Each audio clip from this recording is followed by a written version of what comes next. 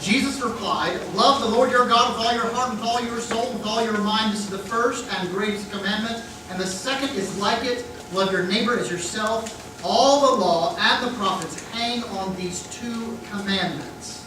This greatest of commandments, the greatest of the 10 that Moses would carry down on stone tablets from Mount Sinai, the greatest of the hundreds that the different scribes and teachers of the law and rabbis would extrapolate from those, everything flows downward from that. That is its source. There is no nuance, no detail to this. It is just straight and strong and clear. And through it, we see the fundamental purpose, the aim, and the goal of the law. And no, it's not full of intricate little details. And no, it's not specifically addressed to every little instance of things that can happen. But to love the Lord your God with all your heart, and all your soul, all your mind, all your strength. To love the Lord your God with all that you have, inside and out, with the way that you think, with how you feel, with how you order your life, with your perspectives and your priorities and your time and your finances and your resources. That it would flow through your body as well, and your hands and your speech, your actions and your behavior. That your commitments and your character would reflect love and honor and praise to God, from whom and to whom all blessings ought to flow. And when we do that, we love our neighbors as ourselves, because they stand together. They work together. The first is like unto the second, and on those two hang all the law and the prophets. All the 10 commandments, all little laws and the nuances and the extrapolations and everything else that every single prophet, every single Ezekiel, every single Daniel, every single Isaiah, every single Habakkuk, all comes back to this. Loving God with all you got, inside and out. Your neighbor as yourself. You just look at the 10 Commandments. If we are loving the Lord our God with our heart, soul, mind, and strength, will we be making idols? No. Will we keep the Sabbath holy? Yes. Take the other half. If you're loving your neighbors yourself, you are probably not murdering them or having adultery with his wife. It sort of makes sense, right? In a practical way of thinking, it sort of makes sense. If you have these two, which are inextricably linked together, if you have those two squared away, everything else kind of works out. These are the guardrails on the great highway of life that keep us from falling off the edge and rolling down the ravine. They offer us the boundary and then the direction to our ultimate and final goal and destination. Communion and fellowship within the glory of God, in God's holy presence and with each other. Love the Lord your God with all your heart and soul and mind and spirit. Love your neighbor as yourself. On these two commandments, everything else rises and falls. Everything else is connected to or flows downward from. Everything else hangs together, sticks together, works together because of this. You want to know the fundamentals? There it is. You want to know the ground floor? It opens up to us. For he who loved us first, that we might then reflect that love back to him with every bit of what we've got. Everything that comes from him first, regardless. Connecting to last week where Jesus is reminding us to give to Caesar what is Caesar's, give to God what is God's. What doesn't belong to God? What has God not made? What has he not produced? What has he not granted or offered or blessed us with? Well, you can tell it comes from Caesar because his image and inscriptions on it. Where is the image of God? in us. Way back in Genesis 3. We shall make man in our image, male and female. He created them in the image of God. We reflect that image. All of creation is inscribed with his signature, signed by the master artist. So it all belongs to him, and it all ought to be offered to him. Heart and soul and mind and strength, living our neighbors ourselves, inside and out. This is not just right and good and proper. And it's not just what all of the law and the prophets are pointing to. As we see in our second reading, as Paul is writing to the Thessalonians, it is an essential quality of those who would even preach the gospel and offer ministry to God's people. He writes to them that it's been really lousy and really hard. They have suffered and they have been insulted, and yet they continue to dare to preach the gospel of Jesus Christ, even though there was much opposition and it was very strong. But it doesn't come from wrong or impure motives. We are not trying to trick you. Well, how are they going to know that? We've been entrusted by God with this gospel, so we didn't use any kind of flattery. We didn't try to butter you up or blow smoke up your skirts. We just gave you God's holy truth. We didn't put a mask on to cover up our greed. We weren't looking for praise, not from you, not from anyone else. We were doing this because how can we do anything else? As apostles of Christ, how can we do anything else? And we refuse to be a burden to you, even though we could have been. We could have said, hey man, you need to feed me, you need to clothe me, you need to take care of me. We did not do that. But we were gentle, and we were kind, and we wanted to treat you like a mother treats their little children, with love and with care. So we delighted to share not just the gospel, but our lives. So as those apostles preach, their outsides are matching their insides, and their insides are matching their outsides. They're saying what they mean, and they're meaning what they say, because the gospel itself must not be hindered by the lives of those who would proclaim it. I mean, I hear you saying stuff, but then I watch you. Yeah, I don't know if I can trust what you're saying because I'm seeing how you're living. Faith and the commitment matching the character and the attitudes and the actions. Or, as we have mentioned before, is your life speaking so loudly I can't hear what you're actually saying? The character of those who are preaching the gospel had to be such that the gospel itself was being manifest through their lives. Otherwise, number one, what's the point? I hear you saying all this great stuff. It seems to make no difference to you. It won't make any difference to me. Who cares? Just some guy's selling something. But we didn't come to try to trick you. We didn't try to sneak anything out of you. I am not preaching in order to get to your wallets. I am not preaching in order to get to something else. I am preaching because this is the God's honest truth. And I desire you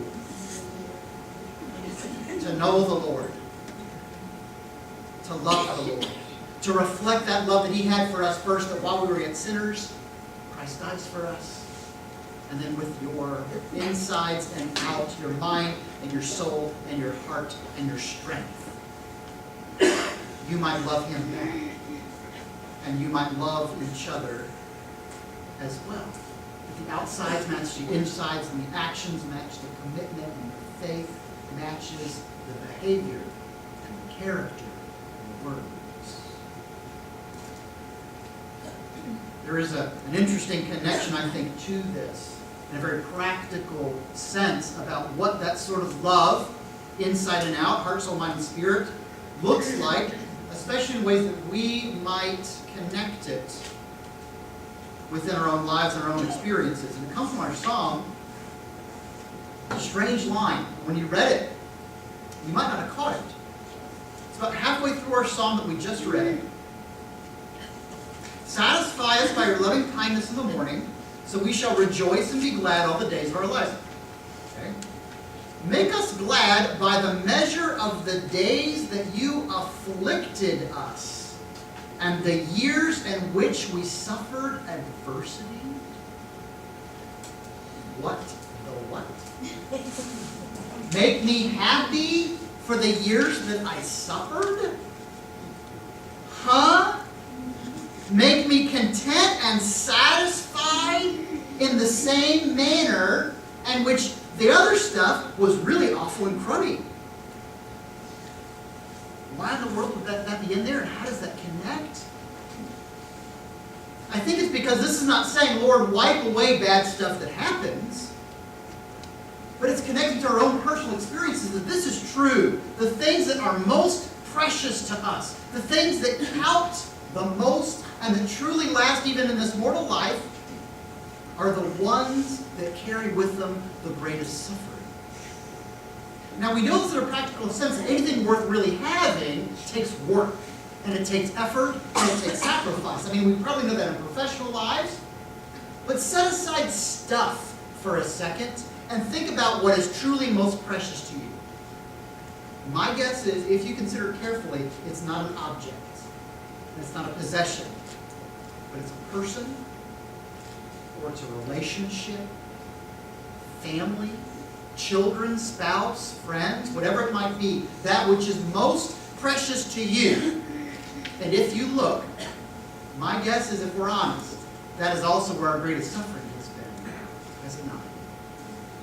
Because life is hard, and even relationships aren't easy, and when we love someone deeply and truly and fully, we suffer. Because life isn't perfect, and neither are they, and neither are we, and stuff happens. And it doesn't even have to be about how when the person who you love the most offends you, it hurts the deepest. That is true. But I'm thinking more in the terms of watching them hurt. Do you not hurt? Watching them suffer, do you not suffer? You ever watch the one you love die? That's not a part of you die with it. Seems like almost every year I learn more what love looks like.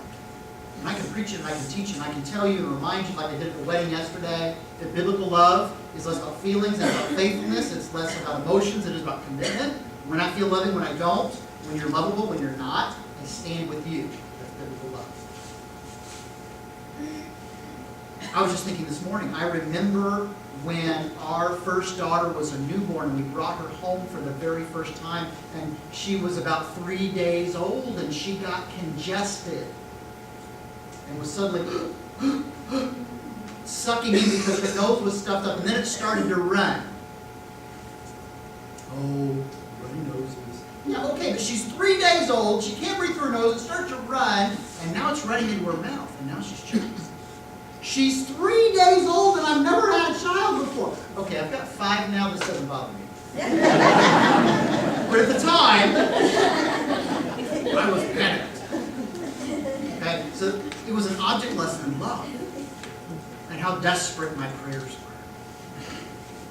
Not just, Lord, save her. Good God, give it to me.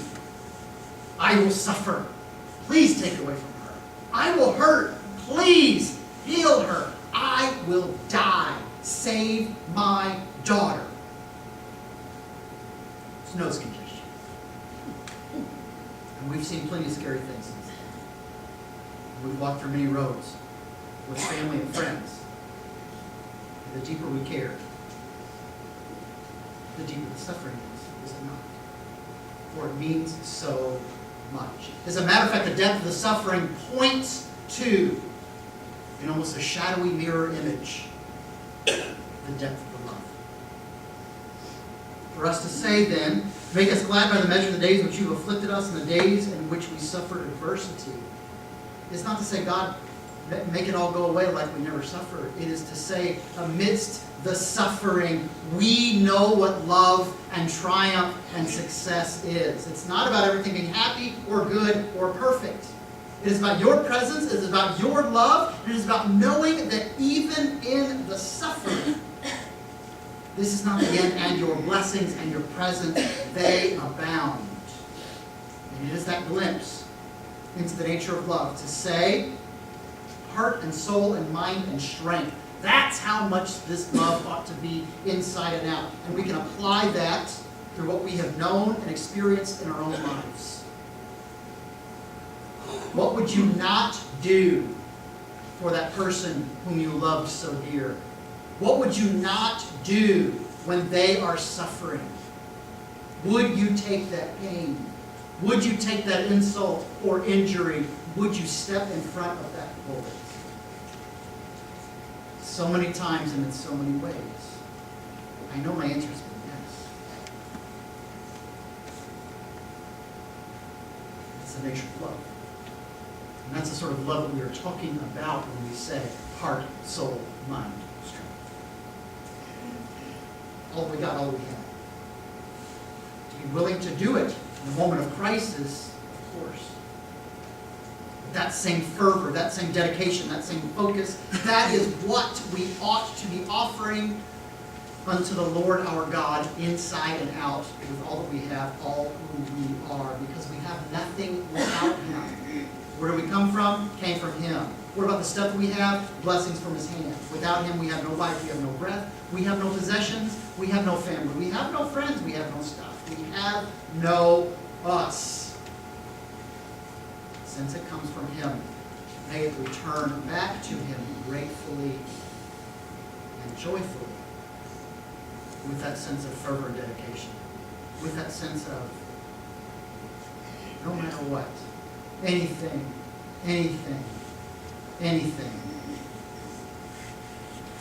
even in suffering, for the suffering itself points to the depth of the love and of the care.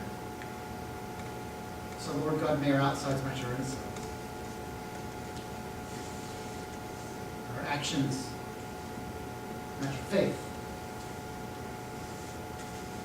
Character match our hearts, behavior, and our words. That they might follow that law to its fullness and completeness, and follow that highway, not crashing from side to side, but straight and true, back to He who made us, who loves us and sustains us even now. To love the Lord our God with all of our hearts, souls, mind, and strength, to love our neighbors as ourselves. On these two things hang all the law and the prophets. On these two things hang our very lives.